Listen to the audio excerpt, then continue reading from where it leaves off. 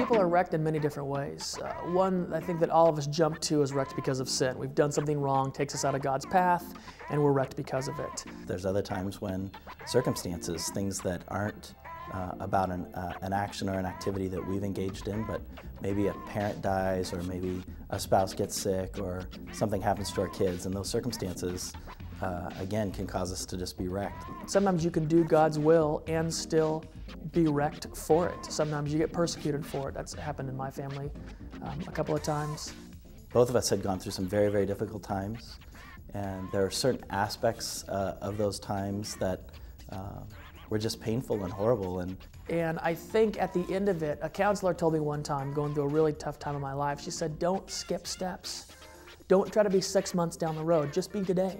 And tomorrow be tomorrow. And the next day be the next day.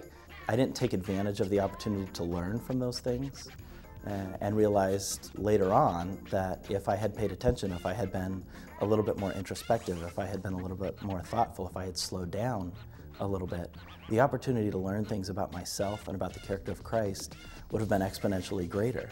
And it was such an impactful thing for me just to sit in the middle of the worst time of my life and say, why am I here? What can I learn from it? How can I learn from the Lord? The promise of this book is to help people embrace the difficult times that happen, and in doing that, we learn more about our own character and about the character of Christ. Every person you meet has been wrecked.